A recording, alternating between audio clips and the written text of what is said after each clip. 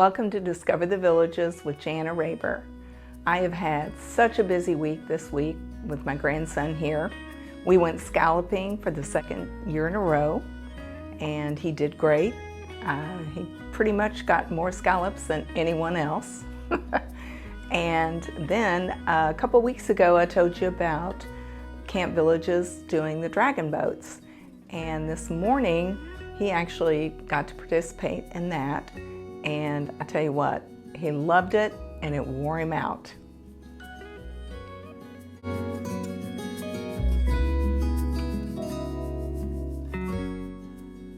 Let's get straight to our questions. Question 1 is, what makes the Villages unique compared to other retirement communities?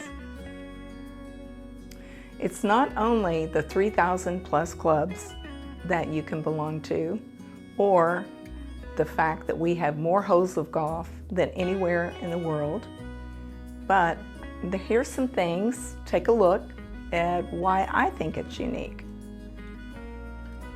Well, one thing we have that I don't think the other 55 plus communities have is a polo field. And as you can see, the grandstands up there, this is very, very well attended, and they're not in session right now, but they do have a fall and a spring session, and there's a real good chance that some of the people that travel here have not ever seen a polo match, and I highly recommend it. I love coming. There is a polo booster club that you can join for $10, I think, and they do things like tour the stables, and special little events. You get to come certain times when others aren't here. And there's Polo 101, where you can learn about the terms, such as what is a chucker and things like that. And there's a field here, and then there's a field on the other side. And they do that, they alternate so they won't tear up the ground. You know, they give it time to recoup. And you get to go out and stomp like you do on Pretty Woman. And over on this side and on the other side as well, where those little fences are, it's an area where you can tailgate. You can come in your golf cart or your car, and you can tailgate there. And people bring grills, and they have this little golf cart that goes up and down with tap beer and wine. So it's a fun, festive day. Also unique are our 3 town squares that has entertainment every day of the year, weather permitting. This is Lake Sumter, and it's right before 5 o'clock. The music hadn't started yet, but it'll go on till 9 o'clock this evening. The squares and the entertainment that goes on here every night is one of the big reasons that I bought here. There's a couple things that I think are unique to the Villages, and one of them is we have a working lighthouse over here at the Lighthouse Restaurant. And I don't know of any other place that has their own tour boat. Great little trip around the lake, and still only $2.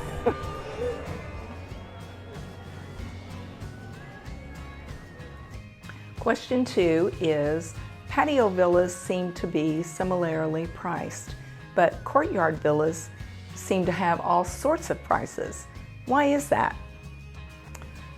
You've got to understand that patio villas are similarly priced because they're all vinyl, and normally they are not overlooking golf courses or water, so the prices are going to be very similar. It just depends on what's inside. I'm going to show you 4 different courtyard villas at all different prices, and I think you'll understand why they're priced differently. The first one I'm going to show you is a 2-bedroom, 2-bath. It is vinyl. It was built in 2007. It sold this month on the 7th for $345, and I don't have any other pictures of the inside, but this is pretty much an entry-level courtyard villa. The next one was built in 2014. It's a 3-bedroom, 2-bath, plus it's stucco, and it sold the 1st of March of this year for $415,000. Now it doesn't have a view either, but because it's stucco and it's larger and it's newer, it's going to be more expensive than the first one I showed you. The third one is 3-bedroom, 2-bath. It is vinyl. It was built in 2003. It sold June the 1st of this year for $530,000. But as you can see on the front, it's got the addition of the golf cart garage, and it also has a pool, and it's on the golf course. So obviously, it's understandable that that's going to be higher in price. And the last one I'm going to show you is a 3-bedroom, 2-bath stucco built in 2014. It sold March 18th of this year for $735,000.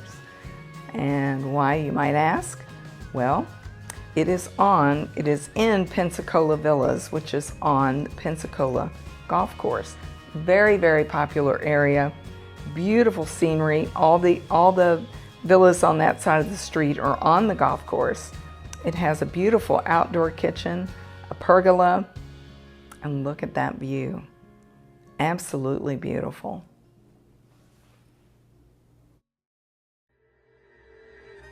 So there you have it. That's why the Courtyard villas are priced all different prices, because of location and the amenities that they have, the view. That is what does it.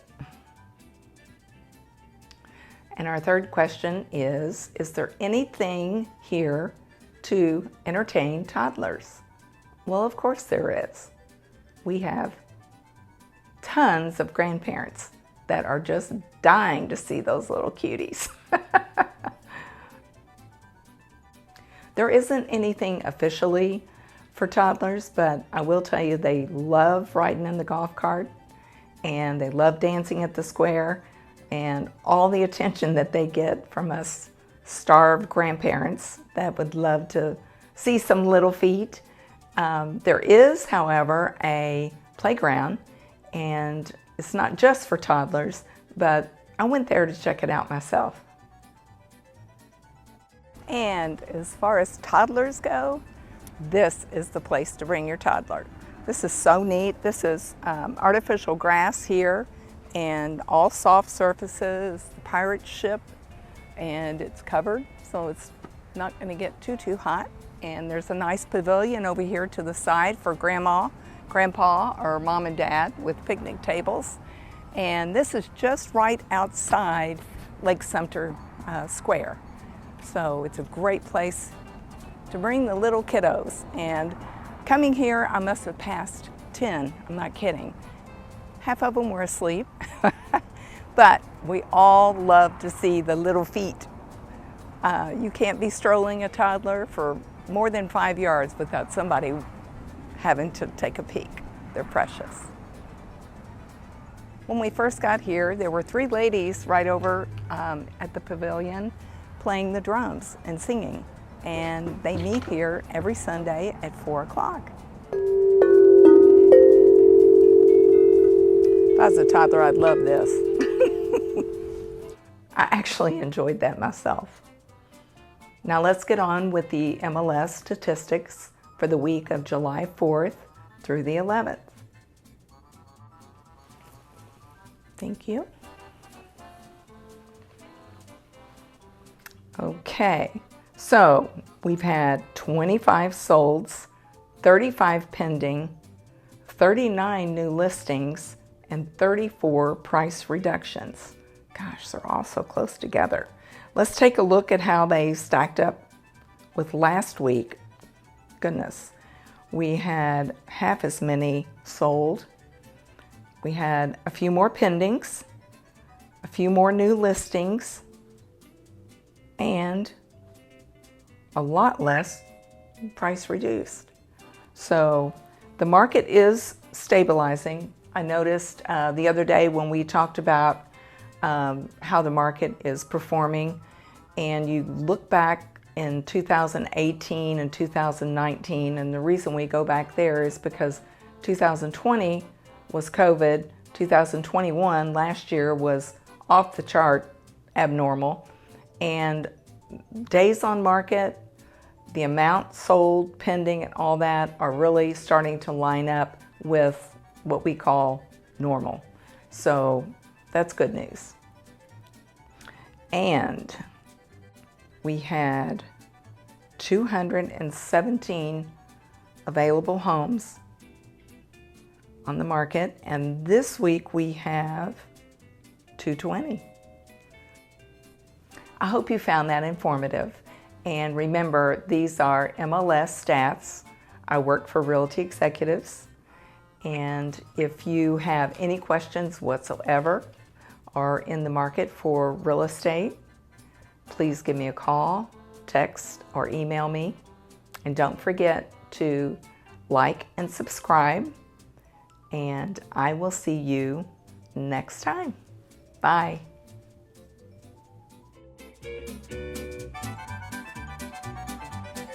Right now, but they do have a fall and a spring session, and it's very, very,